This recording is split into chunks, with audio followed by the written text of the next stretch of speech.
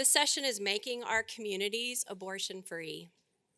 My name is Kristen Hughes, and I work for Patriot Mobile. Patriot Mobile is America's only Christian conservative wireless provider, and what that means is we offer cellular service. And we are all here because we are passionate about defending the most vulnerable, the unborn children. And the unique thing about Patriot is every member's bill, a portion of your bill goes to fund pro-life causes. And last year we gave $500,000 to pro-life organizations. So we have all taken the time out of our schedule to be here. So obviously we are here because we are passionate about defending God's most vulnerable. So I want to encourage you that your passion pursues your purpose. And you can join us. We have a booth, Patriot Mobile. You can join us and switch your service. So the coverage you have today, you can join us and have very similar service and coverage, except for your money will be funding what is most valuable to you. All right, now I have the privilege to introduce this amazing panel, these pro-life warriors. We have Michelle Hendrickson. She's with Dimitri Institute for the Pro-Life Advancement. We have Kate Maloney. She's the Campaign for Abortion-Free Cities. Jeremiah Wilkerson, who's Tucson's Campaign for Abortion-Free Cities. We have Stephanie Stone with Students for Life, and also Jamie Curry with Students for Life. Thank you.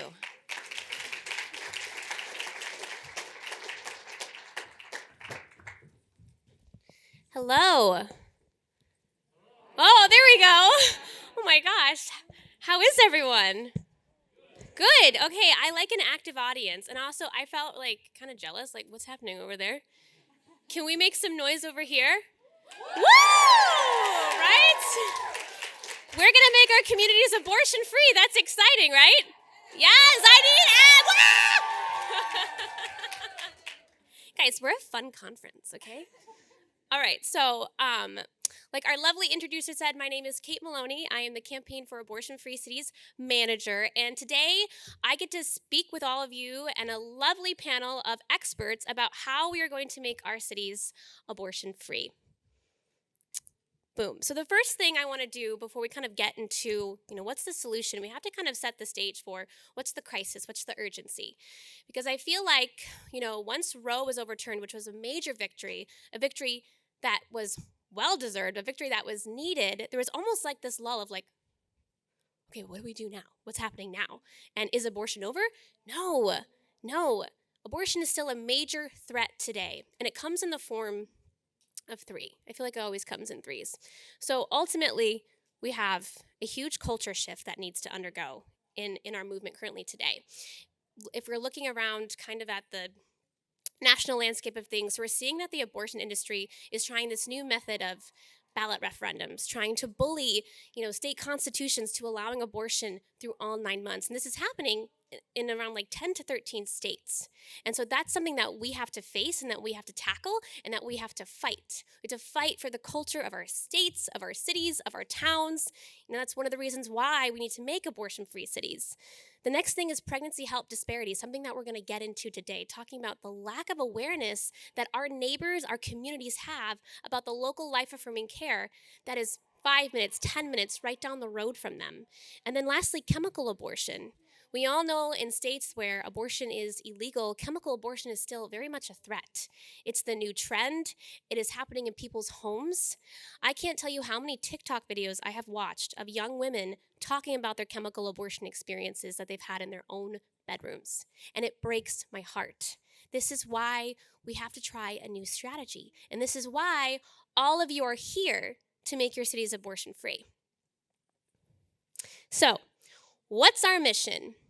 Our mission is we strategically exist in our communities to make them abortion-free by making abortion unavailable and unthinkable. How do we do that? It's by working with amazing leaders like you, We will help you cultivate a blueprint strategy where we are planning to eradicate abortion through 4 critical battles. And these are really important, and these are what we're going to talk about today. The first being to cultivate awareness of the local pregnancy help center. The second is to break community trust with the abortion industry. The third is to effectively educate our neighbors to move them in a more pro-life direction. And lastly, to have public policy wins to enshrine life in law. And our vision is that no woman stands alone and all children are protected from the violence of abortion. Now, who is this campaign for? This campaign is for every single person in this room. The pro-life generation does not have an age. It is for all. If you care about what's happening in your cities and in your towns, you can get activated. You can be a part of the solution. And so the average Joe, the person who knows abortion is wrong, you can get a campaign started. We also operate as an alumni feature. So you're all students in this room. One day, high school will end, college will end, but your pro-life leadership does not. It graduates. You take off one hat and then you put on another. And the campaign is here to support you as you extend your leadership from the campus model into your communities. And then lastly, where? Where can I start? How can I, who, where, what? Anywhere. Every state has a next step. Whether abortion's illegal, whether you're facing a ballot referendum, whether a ballot referendum is coming to your town, every state has a next step. There is something that we must talk about. There is still work to do. We need to keep tilling the garden so that we can ultimately have an abortion-free future, which I know is possible. So to get us started, here's our blueprint plan. I said that really fast. Blueprint plan. This is our strategy. And so this is how we kind of walk all our leaders, like this is how we're going to do this. And to kind of really embody what the strategy is, we're going to turn to our lovely panelists. And we're actually going to start with Stephanie Stone, who is our Standing With You coordinator. And she's going to explain to us the importance of our first critical battle, which is cultivating awareness of the local pregnancy help center. Hi, everyone. My name is Stephanie Stone. I'm the Standing With You coordinator with Students for Life. I've been with Students for Life for about 5 years, but I used to work on the field team, which was a lot of activism. Now I'm focusing on helping women and serving them to choose life, which is really near and dear to my heart because I just had my first baby not yet 5 months ago. Her name's Jane. I don't know if you saw me on the screen. I was pregnant when I was door knocking, and now she's out of the womb, and she's adorable, and I love her. But something that really stood out to me was I had all the support in the world. I have my parents really close, and I'm really, really lucky. But it was still hard for me to have my first baby. So if you can imagine someone in a crisis pregnancy who doesn't have support near them, they need us even more. So that's what Standing With You is all about. By a show of hands, who knows what Standing With You is? I've seen a few at our booth today. Awesome! For those of you who don't know, Standing With You is Students for Life's initiative. It's our response to, okay, well, what do you do once the baby is born? Well, we provide resources to help someone in a crisis pregnancy or who is parenting to choose life. So you go on standingwithyou.org, you type in your zip code, and you can find all the life-affirming resources near you. So that's an amazing thing. We also work with students on campus to change their policies to be more life-affirming. So I love that, especially with my new baby, Jane. I know that women really need our help. So Standing With You is one of the cornerstones of abortion-free cities, and not just because it's at the bottom of the mountain, but it is literally foundational. If you think about it, other than shaping and changing legislation, it's important that women know where to go when they are in a crisis pregnancy. So supporting women who feel pressured to have an abortion, giving them an answer of where to go is super important. So how do we do this through abortion-free cities?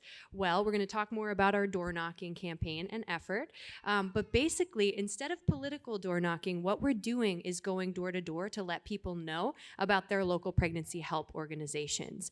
This is so important because I actually talked to a pregnancy help director recently, and they were saying that because of Google Ads in their community, if someone has a crisis pregnancy and they type that in Google, all they find first is Planned Parenthood. It buries the crisis pregnancy center. So this is something I thought was a huge crisis, because how are people going to find? I mean, that's the first place I'd go if I was in a crisis pregnancy, is online. So if a woman goes to Google, we want to make sure that she also has access to Standing With You, but she might not just go to Google, right? She might go to her mom, she might go to her sister, she might go to her friend locally. And we want to make sure that if she goes to that person and she says, I'm pregnant, I don't know what to do, that the person doesn't just blankly stare at her or, God forbid, send her to Planned Parenthood. We want to make sure that that person says, oh, some person was just at my door and they told me about this life-affirming resource center down the street. So that's really the work that we're doing, is increasing awareness. And what we're able to do with that is take away a customer from Planned Parenthood and provide them with life-affirming resources. So down the line, they choose life, and they can feel good about that, and they can see their child, their little miracle, and just feel at peace. So that's really one of our goals, and obviously there's so much more to the Abortion-Free Cities campaign that we'll talk about in just a little bit, but a huge part of preparing for this post-Roe America is making sure that our communities have the resources and are equipped to have this conversation. So something that we do at Standing With You that's really, really cool, it's kind of new, is we officially partner as well with pregnancy help centers. So if you go on our website, standingwithyou.org/partners, you get a bunch of free resources from us, a little sticker for your window, and also you get a little icon next to your name so people know that you're a trusted resource of Standing With You. So I encourage anyone who knows any pregnancy help organizations to send them our way, because we love to do it right and partner with our pregnancy help centers on the ground. So that's kind of how Standing With You, I mean, we do many things at Standing With You on campus and off campus, but that's kind of how we are connected with the Abortion-Free Cities campaign. But Kate, I have a question for you. Fire away. So what can we do to increase awareness about pregnancy help organizations? Yes, this is an excellent question. So when we first launched this campaign, we thought to ourselves, okay, if we're going to make abortion unavailable and unthinkable, we have to show our community first how unnecessary abortion is. We have to show our community that this is a replaceable business and that their competition is much better. So when we first launched in 2021, we launched in like 20 cities because we do nothing small here at Students for Life. And our data came back to us and it showed us that 73% of our neighbors had no idea that pregnancy help centers even existed. 73%, that's a huge disparity. So we were just like, whoa, if women don't know where to have this care, how can they choose? How can you make a choice when you don't know what to choose? You don't know your options, really. And I can anecdotally tell you, just from being at the doors and having volunteers out the doors, that they tell me that many women are like, man, I wish I knew that this was here. This was really helpful. I needed X, Y, and Z, and I didn't know that I had a community center just 5 minutes down the road from me. So 73% is a huge stat that we really wanted to shift. And so that was kind of our next phase of like, okay, can we have a benchmark of like 10%? And can we increase awareness at least by 10% in our towns? And so we started doing market saturation tactics where we would go to doors, and we would go to doors multiple times over a span of months. And what we found in a handful of our cities, for example, in Cincinnati, Ohio, we were able to cultivate awareness by 25% with our efforts. In Phoenix, Arizona, by 17%. Right? These are clappable things. This is very exciting. And in St. Paul, we were able to increase by 9%. So those are huge. Like, we can do this. Like, if everyone in this room activated a campaign and had those conversations, and those conversations spread, we will definitely outpace the abortion industry. They are not as passionate as us about women and families. They are not a part of our business model, right? So that is something that we can do. We can help further increase awareness of our local pregnancy help centers. And something else that we did that you get to do as part of the campaign, which is just a fun aside, is we do something called a Summer of Service, where we literally partner with local pregnancy help centers on the ground if they have any extra supplies that they're not using, and we literally take a wagon and we go door to door in underserved communities where we give out free supplies. And then we're able to activate them to the pregnancy help center. When I did this past summer, so many people were like, well, where are you? How do I come back to this? And I was able to point them to the Caring Choices, which is right down the road, which is our partner pregnancy help center. And so we are able to pour into the community, which is one of the ways that we're going to be able to have an abortion-free future. So thank you, Stephanie. That's great. Awesome. Yeah. Now, as we go up the mountain to industry impact, we want to impact the abortion industry. And so in order to do that, one of the ways that we're noticing the trends that we see is, all the misinformation that the abortion industry kind of loves to peddle. And I think what we see, how we saw that in a big way, is in Ohio, with just the trickery behind the marketing that the abortion industry used to get issue 1 passed. And so we know that when we're out door to door, that's one of the ways that we get to confront that misinformation, that we get to change the narrative, that we get to show our community, no, this is who the pro-life generation is. No, miscarriage care, everything's going to be okay. Like, we're here to present you with the facts. And so I want to just turn things over to Jamie Curry to kind of talk about the misinformation from the abortion facilities, especially in Cincinnati, and how you felt like that impacted your work that you're doing on the ground. Yeah. So my name's Jamie Curry. I am the Ohio Regional Coordinator. Yeah. Thanks, guys. These are my wonderful students. It's so great to see all of you.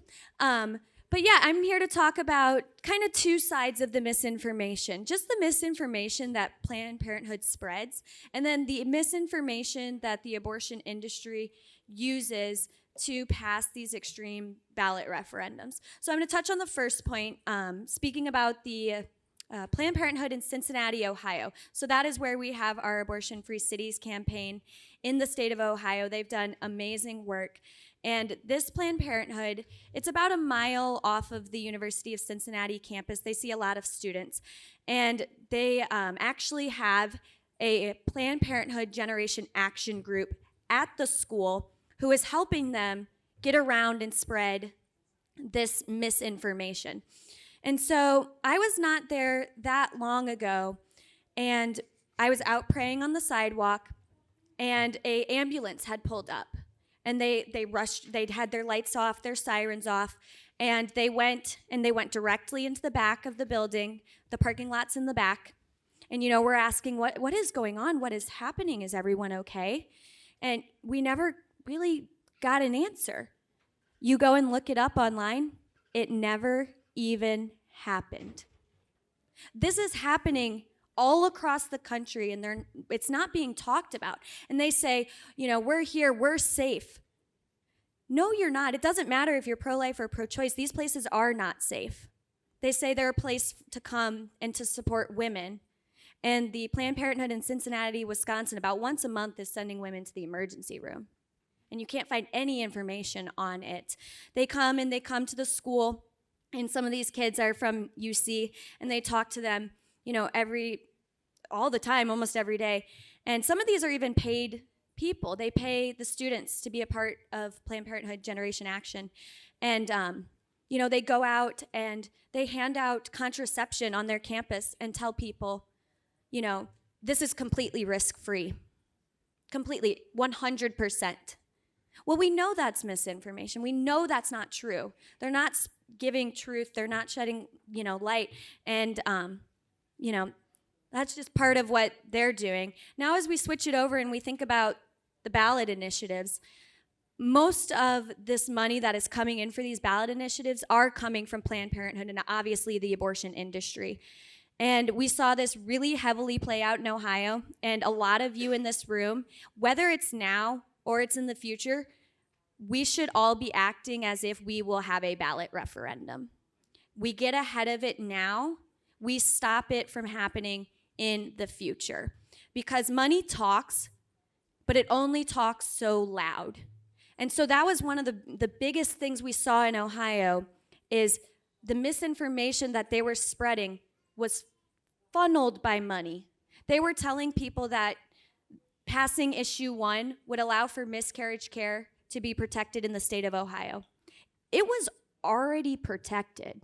We didn't need to go the next level. We didn't need to go that far. I had an elderly woman who was emailing me, calling me, telling me about how she was pro-life but had a miscarriage, and she was so horrified on how to vote. She fully believed it, fully fell for it. And, through the Abortion Free Cities campaign in Cincinnati, this is what is so unique. Because we did that summer of service there, we were talking about, we went and we met people at the door. And then some of us went and door knocked back in that community. We've seen you before.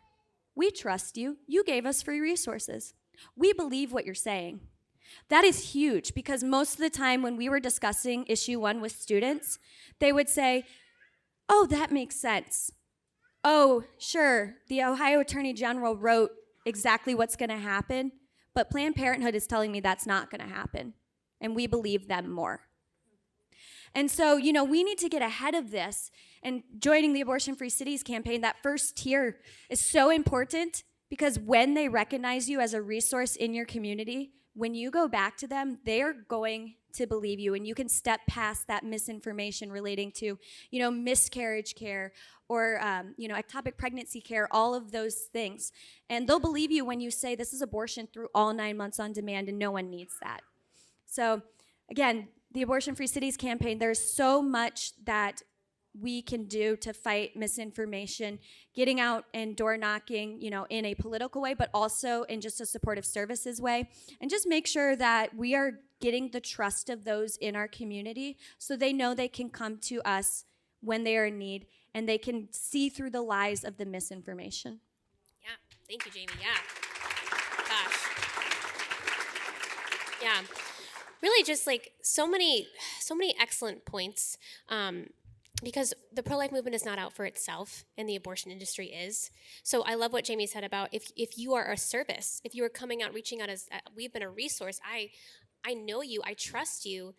Then that's gonna really build bridges, which is exactly what we need to do, and we need to get out ahead of what the other side is doing because we have the manpower. We just need to say yes to get out there. So really, really amazing points. And I kind of want to backpack and I want to shift things over to Michelle Hendrickson because we're talking about more about Ohio and the misinformation, but really, what is at the hearts of the average everyday American who is getting these different messages, these conflicting messages? What do those just normal everyday people, what do they want? How are they seen? How do they see themselves in this mission? Something that we are in all the time, every day. Like we just eat, sleep, and breathe this stuff. But the kind of like the ordinary person, maybe they don't understand it. Maybe they don't get it. And so some of those more mainstream voices sound more comfortable, make them feel a little bit better with a lot of vague messaging, but it's, that catchy messaging. So Michelle's going to walk us through, how we effectively educate, which is that third tier. How do we effectively educate our neighbor, our community member, to show them who the pro-life movement is and what is the direction that, we want to take our town? Excellent. So I get some nerd stuff for you because I have the honor of leading our Dimitri Institute for Pro-Life Advancement, which is our research arm within the pro-life generation. And a few years back, we did some what we called movable middle message research testing. So anybody who self-identified as in the middle on abortion, we wanted to know why. So these are just, common public people, not pro-lifers, not pro-choicers, but when given a scale, they would put that little marker right in the middle. And then we did qualitative, immersive interviews, 90-minute interviews to really have them go deeper. What was your first experience with abortion? What was the first time you ever heard it explained to you? And they would really, truly recall some memories that they hadn't thought about, some of them for years. And they started to get into the heart of why they really could not choose one side or the other. And from those interviews, we pulled out patterns and trends, and we started to look at, okay, now that I see you, and now that I understand your heart for why you can't choose one or the other, what could bring you on our team? What is it that's going to motivate you? How can I get you over here? And some things that we learned was the pro-life brand is truly broken. When we researched both men and women who were in the middle, both times, the one thing that the men and women had in common was that the pro-life brand is broken. They were uninterested in everybody in this room. I'm so sorry, but it's true. Like, we have to pause for a minute. What is it about us? And I know that's not true. You guys are amazing. So wait a minute. How did that happen? The misinformation. And how we're painted, right? And how the media truly gets away with how that they are talking about all of you and all the work that we're doing. And it's so unfair. And when we did these interviews, it was a double glass mirror situation. So they didn't know. I mean, that people are studying you. When you do the interviews, you don't not know. But still, you're back there behind the mirror. I just wanted to jump through the mirror. If you had only known about all the pregnancy help centers and all the work we do here, but you couldn't. And you just had to listen. But you start to hear who they think the pro-life person is and why they think, this is not a camp that I want to join. This does not look like me. And that was the biggest hurdle that we have really had to overcome. And if you've been around for a minute, you know that. And everything that these two ladies just said, we need all of that supportive services work if we're ever going to be trusted with this message. Because we can say all day long, look at all these resources. You have to be it. You have to be that example in their community and go where they are. They're not coming to you. They're not going to your church. They're not going to go watch you. They just assume that and write that off of you. You have to get up and go outside to them. Literally knock on their door, and here I am. Wagoning around the resources was the best thing. And then you've built that rapport, and then they're open to change their mind. So we did make messages towards men and women that moved the middle, that got them to reimagine the pro-lifer, and we created the safe space for them, which they need. Don't mock it. They need it. They need that safe space to walk into to realize, oh, okay, this kind of makes sense. And really just to take it a step further with door knocking, this last summer when the ballot referendums were coming. Now, I live in Maryland, and we've had this ballot referendum due for a long time now, and we will vote in November on whether or not we will enshrine abortion through all 9 months in Maryland state constitution. And because we knew that was coming, one of our big events that we do at Students for Life, we took it into Maryland and we tested messaging at the door for how to talk about the ballot referendum. I did 2 different tests. I wrote 2 different, I'm about to show you, our door hangers. So when you start a campaign for abortion-free cities, this is your door hanger that you'll get. Isn't this great? Watch this beautiful pretty. girl in the middle. Oh I'm my just gosh, I saying. know. She's This a is model. good hair day for me. Look at the difference. Okay. And then you talk about all of the resources that are in your neighborhood. That's great. So this was door hanger number 1 that we went out in Maryland with. And then I did door hanger number 2 just to see what would happen, even though I knew better. And it was equal rights for all. Mm-hmm. And it was a timeline of human development. Mm-hmm. And I thought, my gosh, if people could just see fetal development from start to finish, and if they could just be told, look, abortion through all 9 months, that's no good, and they would listen. I wanted that more than anything. And do you know what I got? Door slam, door slam, door slam. I don't want to see it. What's that? Picture of a baby? No, they didn't want it. It didn't matter how logical and how good it was. And so the people who went out with this door hanger, they had our regular old conversation about serving women, right? But then you turn it over, and we have this little neighborhood alert. It's just a little subtle right there. And so our script goes like this. Hi, are you aware of the local resources in your area? We've got a pregnancy help center down the street that is here for you or any friends or family who are pregnant or parenting, and everything is completely free. Pause, conversation. You're going to know them. They're going to know you. You're talking about the resources. Oh my gosh, it's so amazing. You're so great. Can't believe you work there. Me too. And then, oh my gosh, unfortunately, you know, some people in our state would say that abortion is the answer to an unplanned pregnancy. And you know what? No matter how you think about abortion, we're not here to really debate that today. Something really scary is happening. Go ahead and look at this neighborhood alert. We're just warning our neighbors today. We are warning our community that there's a ballot referendum coming that would actually legalize abortion through all 9 months. And so because our community, you know, ooh, a couple people don't really like that. A lot of people don't really like that. We just wanted to make you aware. We're just warning, you know, all of our neighbors. You know, if you want more information, go ahead and check that out. And you're kind of gauging the rapport you have with this person. And if they're like, oh, that can't be. No, it really is. Let's check this out. And you can have a little bit more conversation. If you know what, they're not interested in you right now, that's fine. We've left them with a website at the bottom that we have designed based on that movable middle messaging. So when they go to abortionballot.org, and you can go to that now, that is our public-facing, you're in a happy, safe space, and I'm just going to educate you about this referendum to warn you that this is no good for women, and it does allow abortion through all 9 months. But I can't start with that. I have to start with a women-centered message. I have to start with a resource message, and then you can move into ballot referendum things. And so that's been tried and true, tested, and what we've done is we have made these resources for you, and when you start a campaign, you're going to get to work with Kate, who can customize everything, and if people are interested in more on the ballot, you can give them more on the ballot, and we've just got all kind of pieces for that. But just to know, a lot of research went into this method, and we have watched it work, and it is exciting stuff.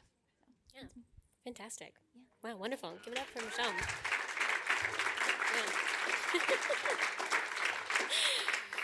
And this is great because Michelle kind of naturally just leads into our last critical battle, which is public policy, which is enshrining life in law. So now that we're on the topic of ballot referendums, Jeremiah Wilkerson is part of our Campaign for Abortion Free Cities cohort program.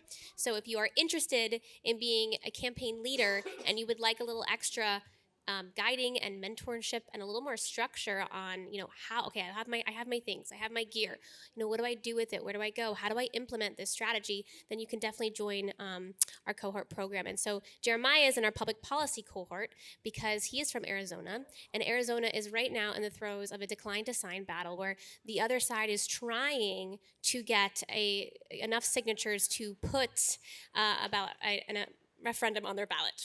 And so Jeremiah, I would really want you to kind of give us a peek into, what's the current state of things happening in Arizona and, what you're looking forward to do with the campaign in Arizona. I can do that. Great.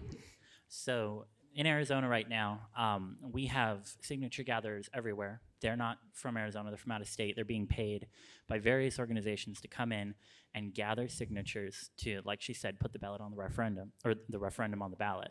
And what that does is gives all Arizonans an opportunity to vote yes or no as to whether or not we want abortions for all 9 months in our Constitution.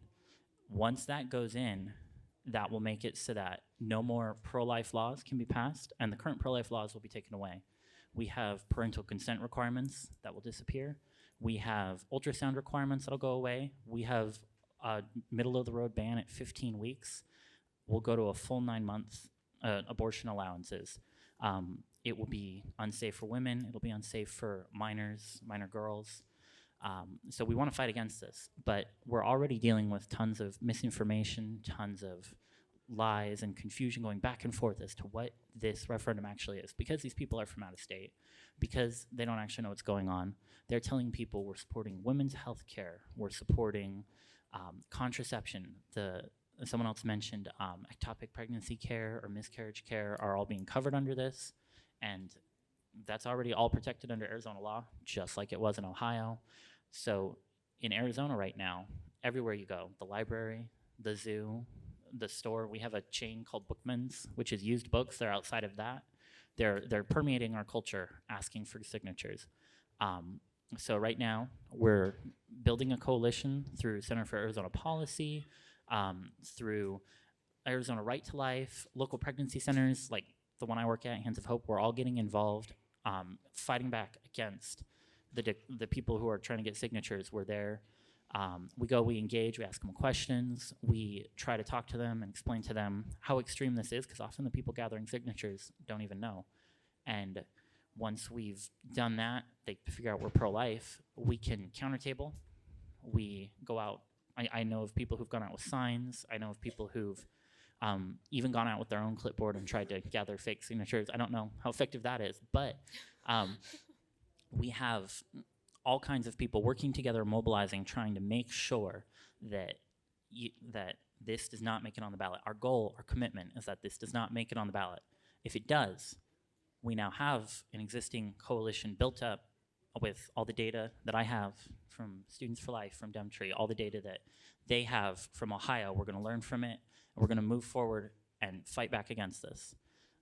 So that's kind of a peek into Arizona. Yeah, wonderful, great.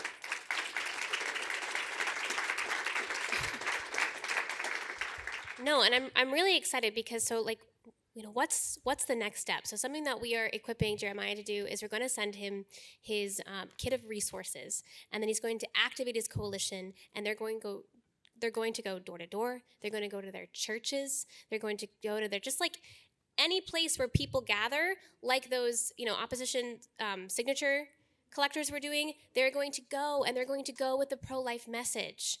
And that is what we need to do. Everybody in this room needs to be activated, because everybody in this room, if you're all from the United States, you all have a next step. You all have a next step to take. There is work to do in your town, whether your state is, abortion is illegal or not. There is work to do. And so we really get to see that illustrated here in what our panel has been talking about, how you have to fight information. We have to go door to door. That, like Michelle said, they're not going to come to us. We have to go to them. We have to be that person at the mall who's like, do you want to try a free sample? That's what the pro-life movement needs to turn into. Do you want to know about your local pregnancy resource center? Oh, by the way, did you know that there's a ballot referendum coming that's trying to enshrine abortion in our state's constitution for all 9 months? No, we have to take back the reins. This has to become personal, right? We have to look at our own states. We have to look at our own neighbors. We need to know who they are. And we love people, right? That's why we're pro-life. This is a natural next step. And we're really excited to work with you to get there. So if you're interested, if you want to get even more grassroots and really take your town into your own hands, we are here to guide you. You don't have to do anything. We will supply you with the resources. You'll get your kit. We will customize it for you. We will send it to you. And then you can get out and do the work, because the work needs to be done. Because if you don't do it, then who's going to do it? What's going to happen? Why is there a huge disparity right now in people understanding where they can go for pregnancy help?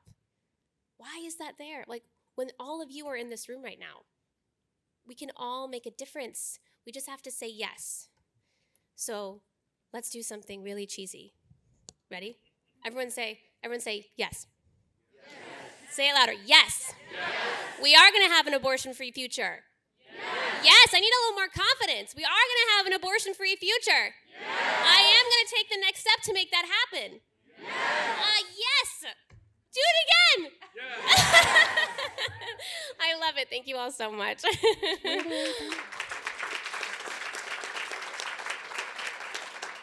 So some little action items that you can do is come to our booth. And if you are interested in becoming a campaign leader or just getting on our email list and wanting to know more, you can come sign up. We are having a webcast on February 15th at 8 p.m. Eastern. So everyone write this down. If you are interested in learning more, if you want to fight a ballot referendum, if you want to get out and spread more awareness about the local pregnancy help center, come to our webcast, come learn more, come to our booth, and get activated, and come take a door hanger. You can have a sample one. The website, thank you, Michelle. The website is abortionfreecities.org/start. abortionfreecities.org/start. And I believe we have time for Q&A. So if anyone would have questions, comments, concerns, feelings, I'm here for all of that. We're all here for all of that. My question is for Ohio.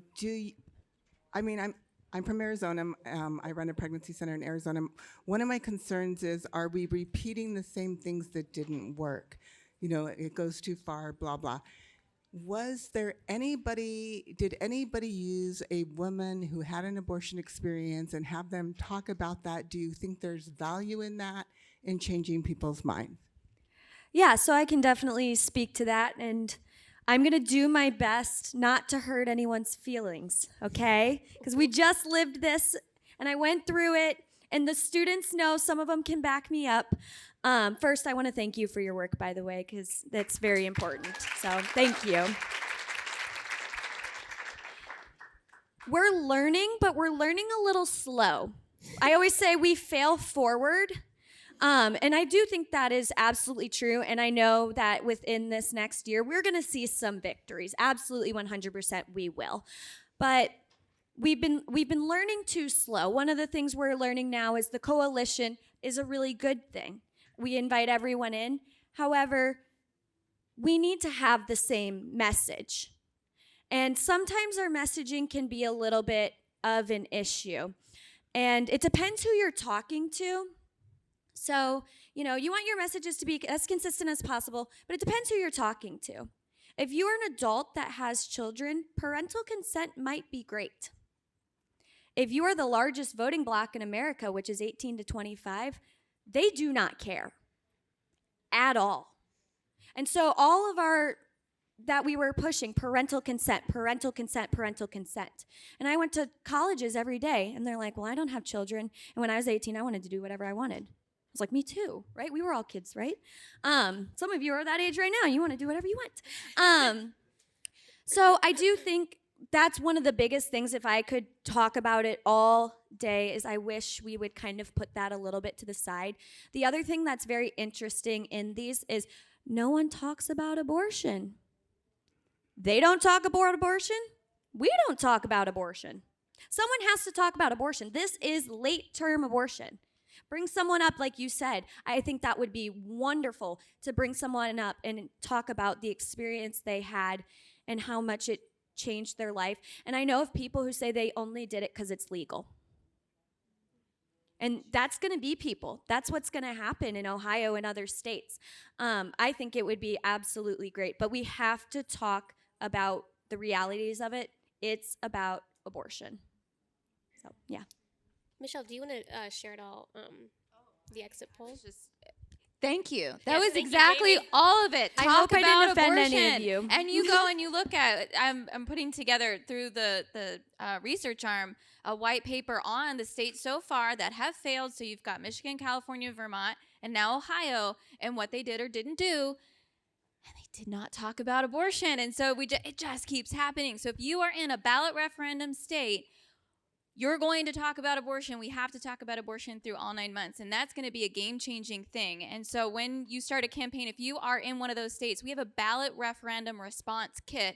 And part of that are flyers that are going to talk about this. Our yard signs say, vote no on late-term abortion. Vote no, abortion through all 9 months. We are not going to be shy about it. It is going to be everywhere and obvious. It is a make abortion icky again campaign because really, truly, people don't like abortion through all 9 months. And it's our responsibility to bring light to this and to not be shy about it. And I can't tell you not to hurt anyone's feelings, but the yard signs in Ohio and Michigan and California, you could look at it. You had no idea what they were talking about. You had zero clue. Just a vote no and then the issue name. Or, what were some of the other ones? To give perspective, it said protect parental rights and protect children. What is that? Does that not sound like them? Just a little bit? Was it us? Was it them? Who knows? Vote yes, vote no? I don't know. It's very confusing. They tried, but we're failing forward, right? Yeah. We learned that lesson. Yard signs, all the materials, everything is going to be very straightforward for what this issue is about. We have to take this narrative back. We know we have a winning message, so let's stop being shy about it. Yeah, don't be shy. 2024.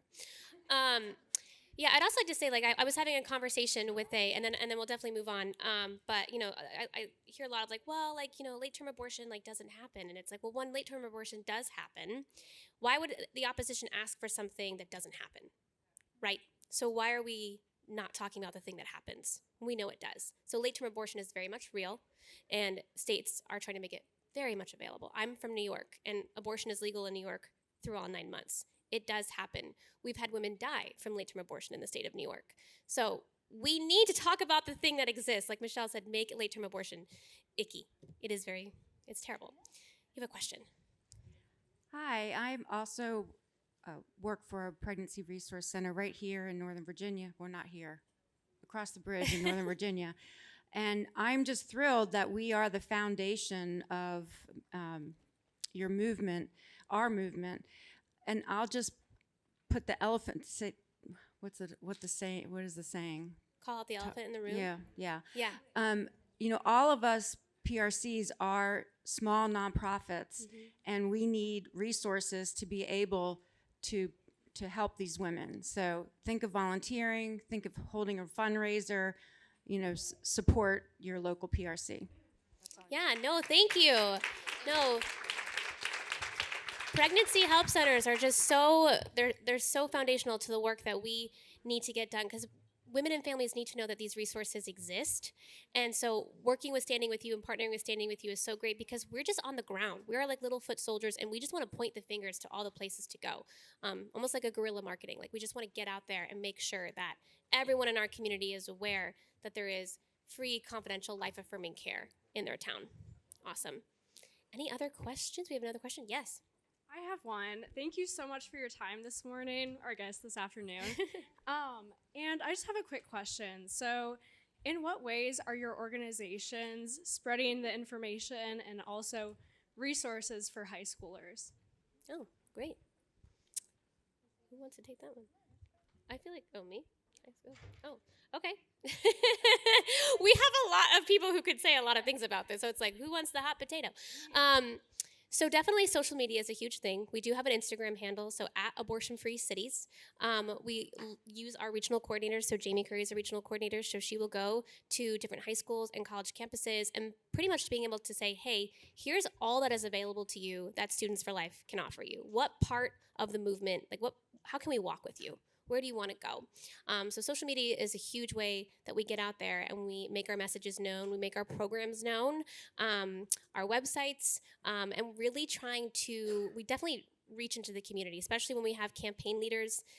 Building the coalition is really important. We want to have the campus ministers. We want to have the college students. We want to have the youth group kids. We want to go into churches. We want to make sure that, one, any person of any age can be involved in this movement, but two, that we are highly accessible. And I really think that we do our best to get out there into the communities to make sure that our resources are known. Our regional coordinators are always doing unique campus visits. We have a field operations team that goes out to schools that maybe we haven't had any touches with yet, and they will go and they will introduce themselves, and they will help activate student groups on those campuses, and then kind of bring them into the Students for Life family and teach them all the ways that they can get involved, whether it be on their campus or in their community. So I definitely say our field team here at Students for Life is a big part of how we are able to do that messaging. So if you're looking to get more connected, I would definitely some regional coordinator. And I wanted to add to that just really quickly, as the regional coordinator who's up here, and some of them, they have to leave, so unfortunately, but I had some students who were here from the Diocese of Toledo, and they have public and private high school Students for Life groups, and I go into their high schools and I do something that is called a tabletop, and I do it through the lunch hour. So we all went to high school. We probably saw the army recruiter that sat in the corner and tried to get us all to join their mission, right? So I go into the high schools and I work with the students, and we put up this tabletop, and it's the Standing With You tabletop.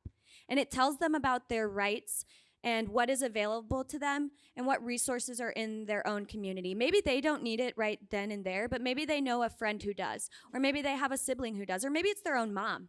And then from there, it also talks about Title IX rights and what is legally required of the school to help them. And then and we do that at the college level as well. And then these kids, they go and they put up the flyers from it in their school bathrooms. Maybe it needs to go up in the girls' bathroom. We have them for the guys' bathroom as well. You never know.